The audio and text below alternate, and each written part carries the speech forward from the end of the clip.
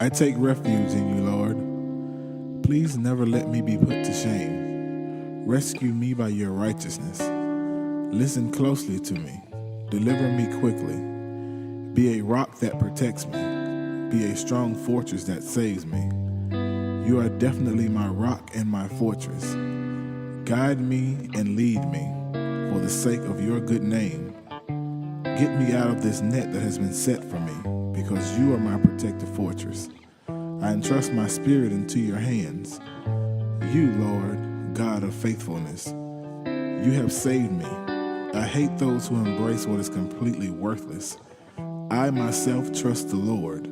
I rejoice and celebrate in your faithful love, because you saw my suffering and you were intimately acquainted with my deep distress. You didn't hand me over to the enemy, but set my feet in wide open spaces. Have mercy on me, Lord, because I am depressed. My vision fails because of my grief, as do my spirit and my body. My life is consumed with sadness. My years are consumed with groaning. Strength fails me because of my suffering. My bones dry up. I am a joke to all my enemies. Still worse to my neighbors. I scare my friends, and whoever sees me in the street runs away. I am forgotten, like I am dead, completely out of mind. I am like a piece of pottery destroyed. Yes, I've heard all the gossiping, terror all around. So many gang up together against me. They plan to take my life. But me, I trust you, Lord. I affirm you are my God. My future is in your hands. Don't hand me over to my enemies, to all who are out to get me. Shine your face on your servant. Save me by your faithful love. Lord, don't let me be put to shame, because I have cried out to you. Let the wicked be put to shame. Let them be silenced in death's domain. Let their lying lips be shut up whenever they speak arrogantly against the righteous with pride and contempt. How great is the goodness that you've reserved for those who honor you, that you commit to those who take refuge in you. In the sight of everyone, you hide them in the shelter of your wings, safe from human scheming. You conceal them in a shelter safe from accusing tongues.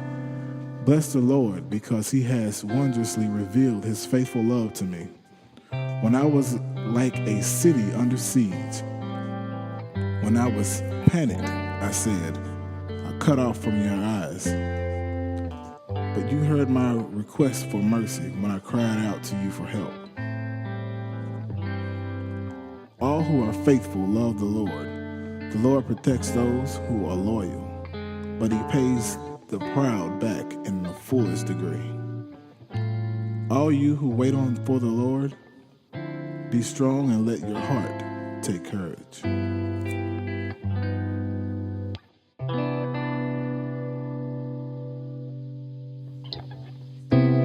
Our community potter discovered her talent and her art form during a season of sighing, when an accident left her unable to resume her career or even familiar household tasks. She lamented her loss in mournful isolation, mirroring the psalmist's depiction of distress. She passed out of mind like one who is dead, and she spiraled between deep despair and anxious fearfulness, then into days emptied of purpose and hands emptied of work. A friend dropped a lump of clay. The clay found a home in hands that found their natural shape around its contours. Sitting at a simple pottery wheel on a riverside bluff, her life bereft of form and function and drained of visible value, the novice artisan found comfort in forming clay and value in creating functional art. Into pottery vessels she released her sorrow, and from them she eventually poured her grief.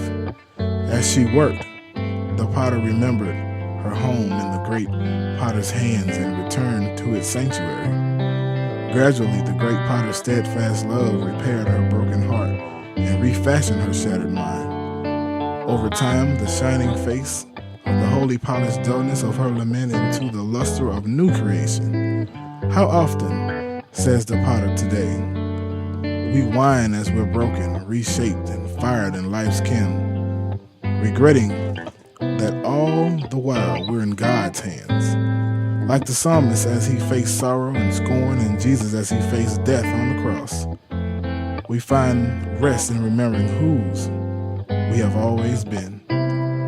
Only then can we release our anxious despair about who we have become and be formed into vessels that carry Christ to others. What areas of my life need God's loving touch?